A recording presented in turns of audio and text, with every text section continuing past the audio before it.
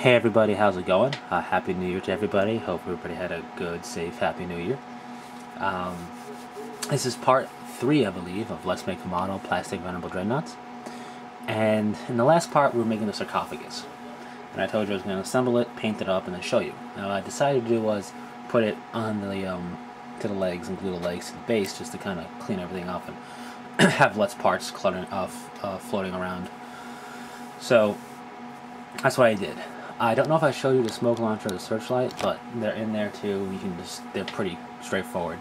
I put the searchlight on the right side of the sarcophagus because that's where the ranged weapon is, and considering they usually show it to you on the left side, but I figured being how searchlights work is when you're looking for a target, if you're able to see it with that model, he shines his light on it, and then anything else can shoot at it, and then conversely they can shoot at the guy with the searchlight that's being used.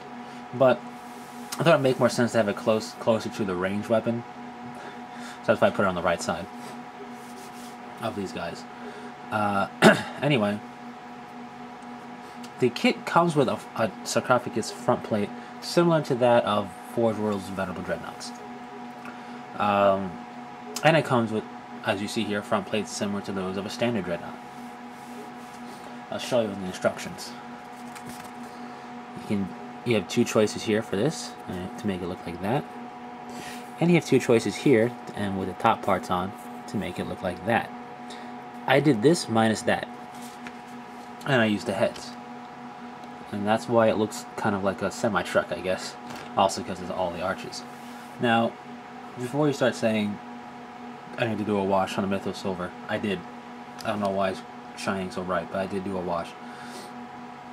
Some of you may not like this look. I like this look. I wanted to do that since I got the kit. I thought it was a nice change from the standard Forge World type of look. And it kind of, in some of the artwork, they kind of have something like this going on, only not as pronounced.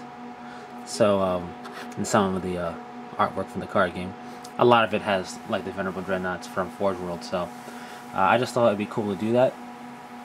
I was originally going to do one of them like this and one of them standard, but I decided to do both like this to kind of get that feel. So they have 2 different heads. Not that it really matters because you can't really tell unless you really look at it close up, because it kind of blocks the front of the face a bit. But the kit comes with 3 different head styles, so I used it from these 2 heads are from the kit, 2 different styles. And I told you you can put plastic bits on these parts to cover up what was there. I went with the arch pattern because I like the look, with Dark Angel Green inset on it, on the insets. But everything came together nicely. Very straightforward kit to put together.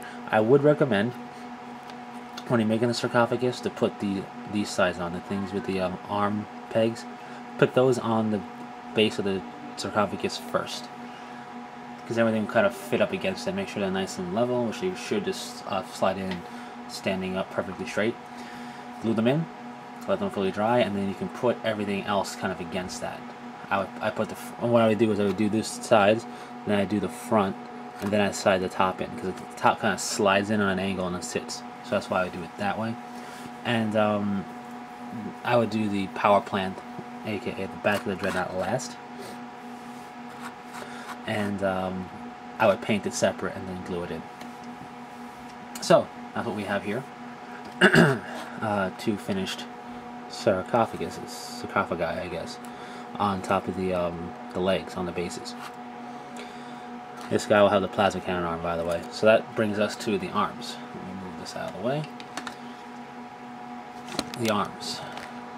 There's a lot of bits here because I'm showing you a little bit more than you need to make both types of arms. Pretty much what you're going to need for a ranged arm is one of the shoulders that come with it. They come with 3 different shoulder designs, so you could, in theory, make the 3 different weapon types for your Dreadnought. You could also, I'll show you in a second. You also need a ranged weapon. So this is the plasma cannon half, and it comes in 2 halves. And there's also a las cannon that comes with everything but the little side. I forget what you call that. I guess the ends of the barrels come in two pieces like that. It's not a good representation because it's not made, but this slides in pretty much like that. And in actuality, I know because of the I made an arm already for the four-drilled Dreadnought has one of these arms. If you glue this back onto this will just slide in and out with enough friction to stay and not fall out. So you could just make one arm and then assemble the 3 different weapons and put them in there. But anyway, that's what you need. This goes onto the back. And then as with the sarcophagus, the ranged weapon arms have something you can attach to them. This one has the arch design, but it's specific to the shoulder you use. So that's why I chose this particular shoulder, because it has the arch design that I want to use. And that just goes on over like that to cover up the writing a bit. So a lot of versatility in this kit here. Alright, so that's the ranged weapon arm, and then what you're going to do for your close combat arm, should you use that, is you have 2 halves of the actual arm itself for the close combat arm. These are kind of finicky. They go together, but you got to get it lined up just right. So I would suggest using some plastic glue, which is what I'm using to assemble this entire kit, by the way. I'm just using plastic glue, and snap them in. So that's how that arm goes together. Pretty straightforward. And then you have a storm bolter. Well, this is a heavy flamer, but you also have a storm bolter wherever that went. There it is.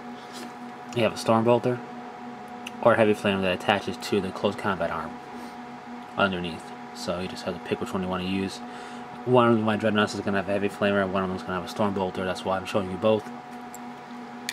And then you have a choice. You can go standard Dreadnought close combat weapon type of hand look, or you can go a little bit more ornate and make a fist. I'll put it together off camera, that way you can see what I'm doing. It slides together like that, so you would assemble it and then attach it to the arm, because it makes a circle. But it gives you a little bit more fist type of look.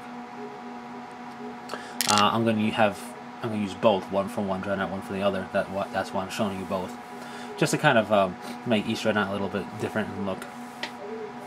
So that's all you need to make the arms. I'm doing it for 2 Dreadnoughts, so I'm gonna do double what you see here. But what I'm gonna do is I'm gonna assemble, paint, and then attach. They should fit with enough friction. They don't need to glue them, but in the event that I do need to glue them, I'll do that. I don't have a problem with that. You could always magnetize, but I'm not talking about magnetization here. I'm just gonna do it standard without anything fancy like that.